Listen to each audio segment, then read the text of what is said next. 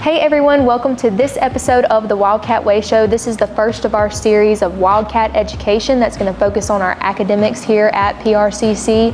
I'm your host, Mackenzie Hickman, and here on the Wildcat Way Show, we want to shine a light on people that represent our motto of pride, respect, class, and character very well. And our interviewee today, Miss Rosemary Davis, she definitely does that. And I'm very excited to have her on the show today. She's one of our English instructors here at Pearl River Community College, and welcome to the show. Well, thank you for having me. Absolutely. I'm excited to kind of get into this.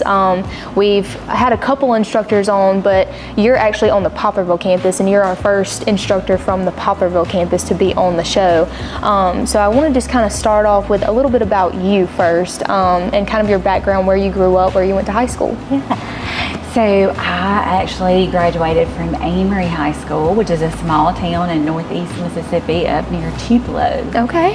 And just a great experience growing up there. And I originally planned to attend a JUCO college in northeast Mississippi and then go on to Ole Miss from there. And at last minute I rerouted and decided to do something different and came to South Mississippi to a private college and ended up meeting my husband there. He's from Hattiesburg. And so I'm now a South Mississippian.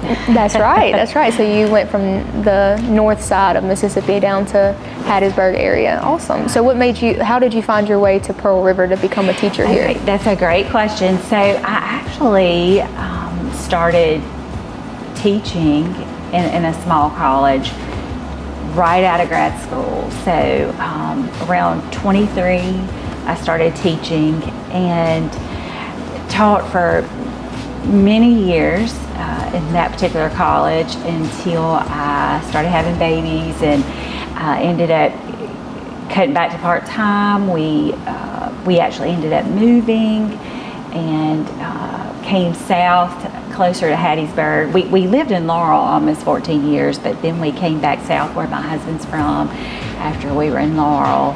And I had my smaller boys that we have now, and it was just time for Mama to go back to work full time. And so that's what I did, and I just applied. I put in, applied at several places, and Pearl River, I guess it was just the right time for me for sure, and so hopefully for them too. Awesome. So that kind of led you here after about 14 years of teaching at somewhere else. So you've been here, what year did you come here? So it was around 2015 that I came on as an adjunct instructor.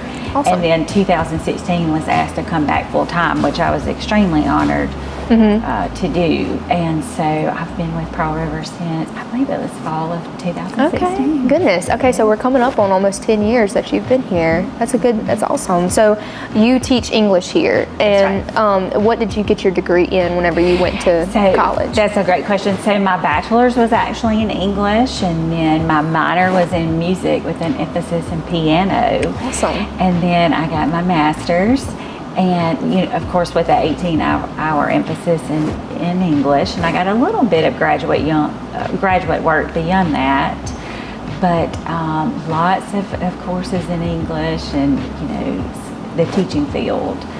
So that's how my path has winded around. Awesome. Yeah. And so talking about being an English teacher here specifically, what does a classroom look like for you? What kind of courses or what kind of material do you cover in your English courses? Good question. So I primarily here teach Comp 1. I also teach some Comp 2s in the spring, but primarily Comp 1. Now, at a previous job, I've taught everything from World Lit 1 and 2 to American Lit 1 and 2, English Lit 1 and 2, but the composition side is my strength. And so I also teach for our e-learning department. So in fact, this semester I have 3 courses online, and it's been unique to see how the path has merged to combine training that I've received from both sides of the house into the online course, and into the on-campus side of it as well. And so just lots of great professional development offered here at PRCC. I gained so much from my colleagues. An on-campus class for me is very hands-on for me. My educational philosophy is one of an independent learning style. So I don't lecture the entire class meeting. I lecture, go over what we'll cover in the modules for the week, and then we actually start the assignment. And from there, sometimes I'm going from computer to computer, from seat to seat, helping, because I feel that it settles the student, especially the student who is nervous about beginning the assignment and me just sort of overseeing them and helping them to get started. In fact, William Carey has a quote it's hanging in my office. It's similar to the idea that sometimes the greatest root of procrastination is simply just not knowing how to get started. That's right. Yeah. So, but I help the student a lot hands-on. And if I have a class, for example, a Monday, Wednesday class that's face-to-face, or Tuesday, Thursday, the lecture day is the first day of the week generally, and then we launch the assignment. And then my second day is more of a lab day, where that I'm going again from computer to computer, or sitting down with a student who needs individual help, or sometimes it's even trying to locate an athlete that's mine who may be a little tired or something, and, for sure. And I'm even sort of kind of chasing that particular student down and having them sent back in the lab, and I may hold them until they're finished, and just it's not a high school, but I have found that especially the first 4 weeks of the semester, if I sort of hold the student until they complete the assignment for the week, so that they can feel or get the feel of what it feels like to complete at least 4 weeks of assignments, they will understand more the hours it's going to take to complete each assignment, or the several assignments that we have every week. Right. So retention wise, based on the statistics, that method has worked. Awesome. So yeah, because college really is different than high school. And I think coming right out of high school, you're thinking that, I can get by with what I've done in the past, and it's completely different. It is. And I don't hover over them the entire semester, but I do teach a lot of the English 111-4s, which has the reading lab attached. So it is a little more hands-on, and it, more involvement with the student. Really trying to help them to raise that reading comprehension level, the level of those writing skills, and help to bring them over the finish line. Absolutely. On those assignments each week. So I tend to hold them close for about 4 weeks, and then I still do, but I tell them, that's right, I back off a little bit, because it is a college education. Education is now a commodity. It's a choice. Yeah. And so, ultimately, they're going to be in it to win it. Right. Or figure out that it's not really their thing. Yeah, absolutely. And help them to figure out which way to aim. Absolutely. And so with the start of the fall semester kind of being under us, we're almost at pretty much that 4 week, we're getting there, we're getting close to it. So how is this semester looking to you with the classes and the students that you have this year, maybe compared to years before? What are you seeing? That's a great question, and we have a good group. First of all, awesome. We do. I have a good group, and I could have misread the situation, but I feel like there are many here that really do want to learn. That's awesome. And are really wanting to go forward, and I just love that. But I sort of am in a learning curve with my face-to-face this semester. This past summer, my own department chair, Ms. Dina Holofield, and we piloted a course for e-learning, and it really links a lot of the quality matters objectives to the course. Also ties into all of our SLOs in our humanities department, specifically English, as well brings in the federally mandated RSI standards for e-learning principles. And this course does have a lot of my material in it, but we piloted this course this past summer, and I was so impressed with how this particular course builds by progression to help the student, if they miss benchmarks in high school, how to either relearn those or refresh their memory, or learn these for the first time, and how it builds in progression to help them better aim for success as far as completing the course, making a better grade, but also preparing them for what they're about to experience for the rest of their freshman year, sophomore, and beyond in their bachelor's degree. So I liked it so much that I decided to try the pilot course for my face-to-face. Okay. Awesome. And so this semester looks a little different. It's not a total learning curve for me, but I'm seeing how that all of these objectives tied with our SLOs to the quality matters standards, to the RSI standards, applying these principles to the face-to-face classroom, seeing how this is working. And so far, it's going well. Now we will dip more heavily into the writing side of the house next week. Okay. So where we have been polishing those grammar skills, and really they've been doing writing, but they're also the first several weeks they learn to use Canvas.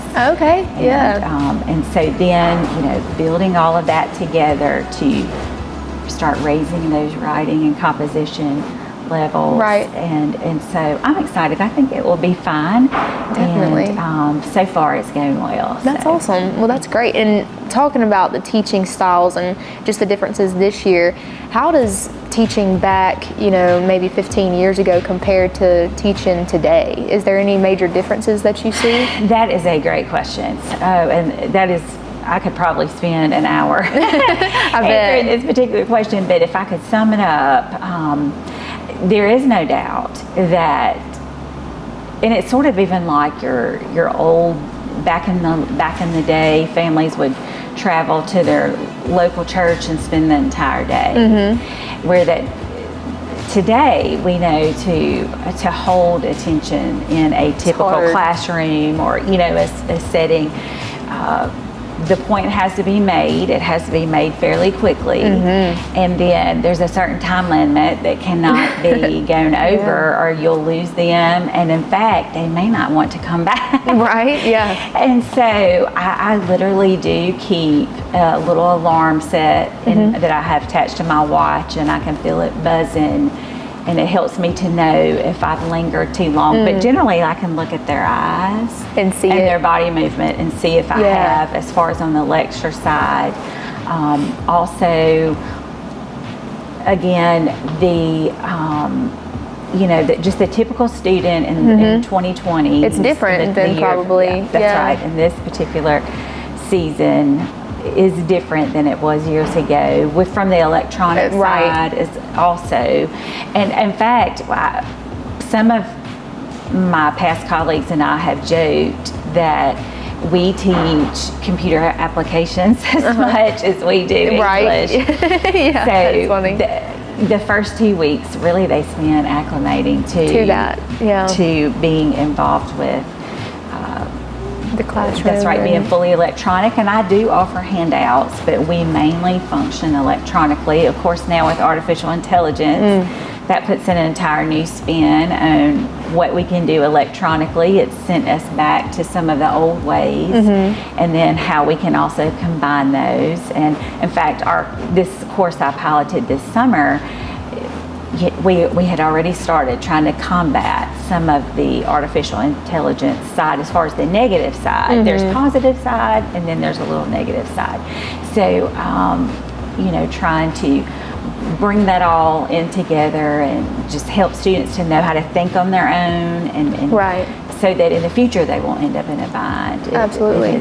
But it's a new day for sure. It's a new day in education. So. Absolutely. And I know we talked a lot in our professional development before we came back as a staff about artificial intelligence and it being a part of our world basically now.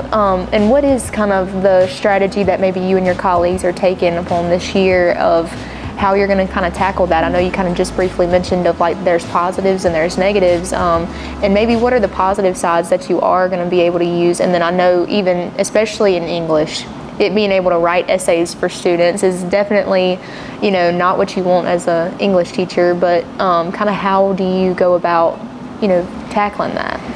Another great question. So yes, so what I've sort of seen just in my small lifetime is when there is something new, we can either view it as an enemy, or we can embrace it too far, or we can sort of straddle in the middle. Yeah. So that's pretty much where I'm landing. So learning ways to utilize the positive sides of it, but yet still trying to help that student to be able to think on their own, because they will have to. Right. And of course in our training a few weeks ago for professional development, the particular retired Ole Miss instructor, he was I think he was Ole Miss, he was the attorney, said, you may have to go back to blue books or that type of thing, but I've not gone back to blue books yet. But we do in our pilot course have a way for students when they go in and type, whether it's components of the essay or an actual portion of the essay, or whether it's just an assignment where they cannot lean on artificial intelligence. It will send them in to a area of like an exam or proctored exam to where that there's no way to utilize it. So there is that option, because we do build the essay in progression. We start out in small components. A lot of times that prevents the student from being able to just totally plagiarize. But I find that my students, nobody just deliberately pretty much means to do it. It is general, it's the accidental plagiarism side. And so, but again, it's 2023 and we can lean on tools that that we now have. But again, consistently presenting them with ways to write so that they will be able to present themselves in a professional manner is, we have to factor that into the course. And I tell students from day one, I'll go to the board and I'll draw a huge $sign on the board. And I tell them, this course is money on the table. There you go. I want you to know it's money on the table.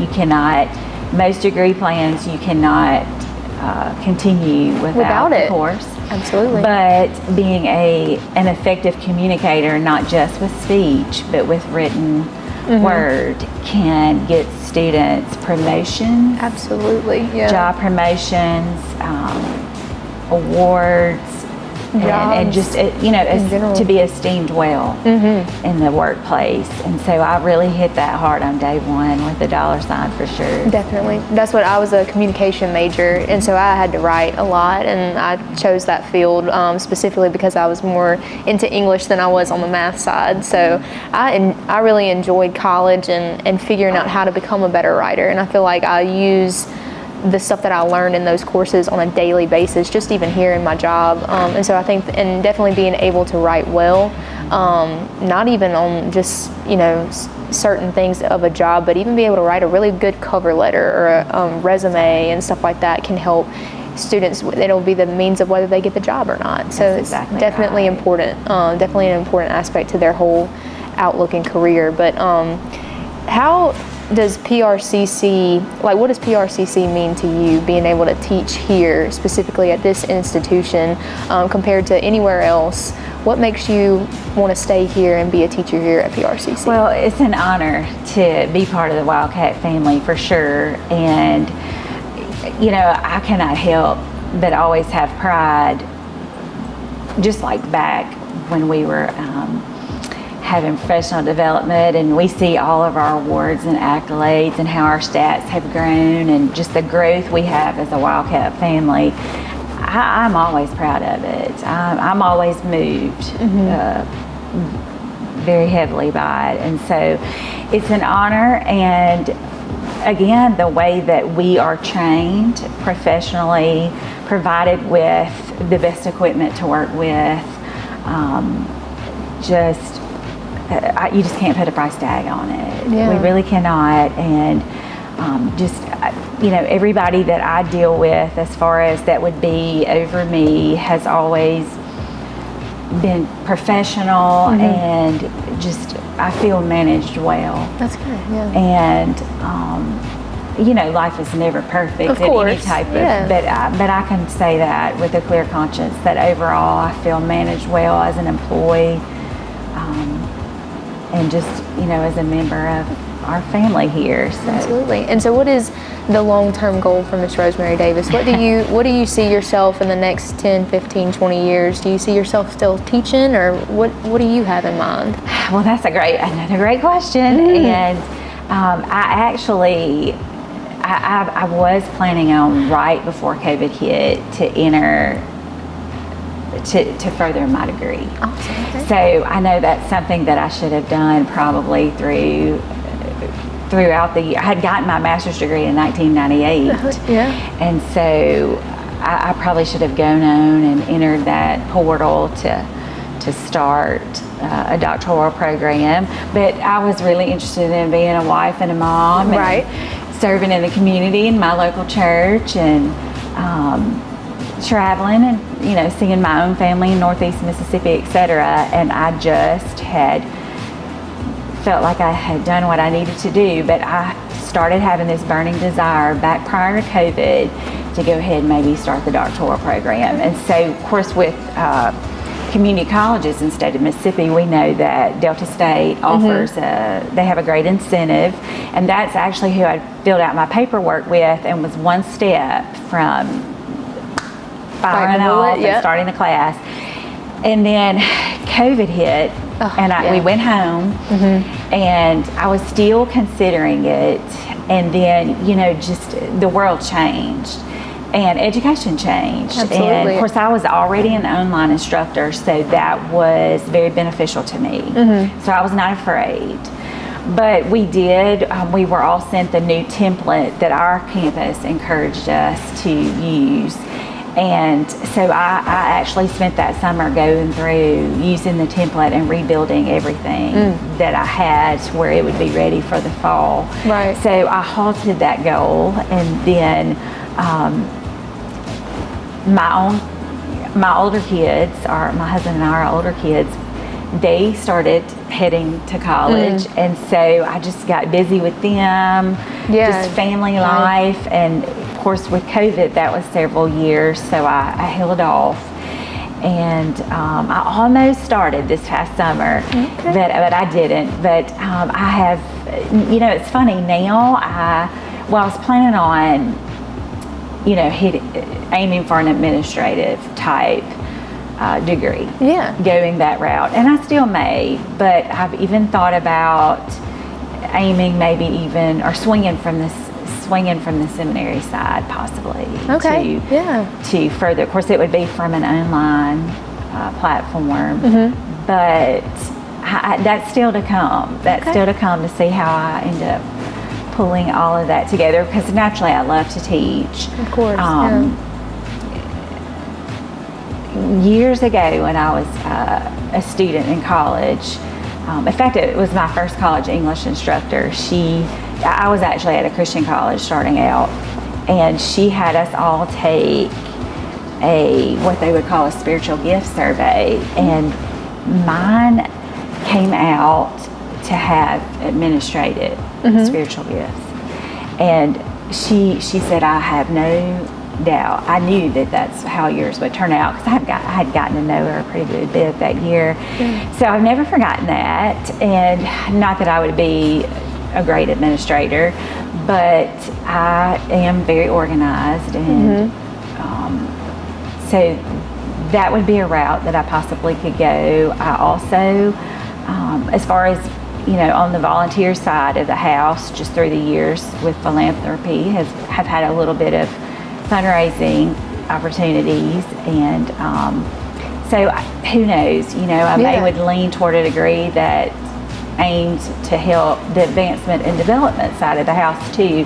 So I'm not sure which way. I'm hoping that a light shines on that path more clearly within the next few months. That's to be exact. I really hope by the spring that I've got it all figured out. Yeah. So Absolutely. Well, I think that's exciting, and to me, I think what's exciting about life in general is that you don't know what's going to happen, and you don't. It's not already something that you know. It's maybe something that someone else knows, but you don't, and you get to kind of see it and live it and experience it for the first time. So that's exciting, and I wish you the best of luck with all of those goals and everything. And kind of to wrap up our talk here today, what is something that you as a teacher want to leave with your students whenever they leave out of your classroom, and maybe in the semester? What is the main thing that you want them to take away from your classroom?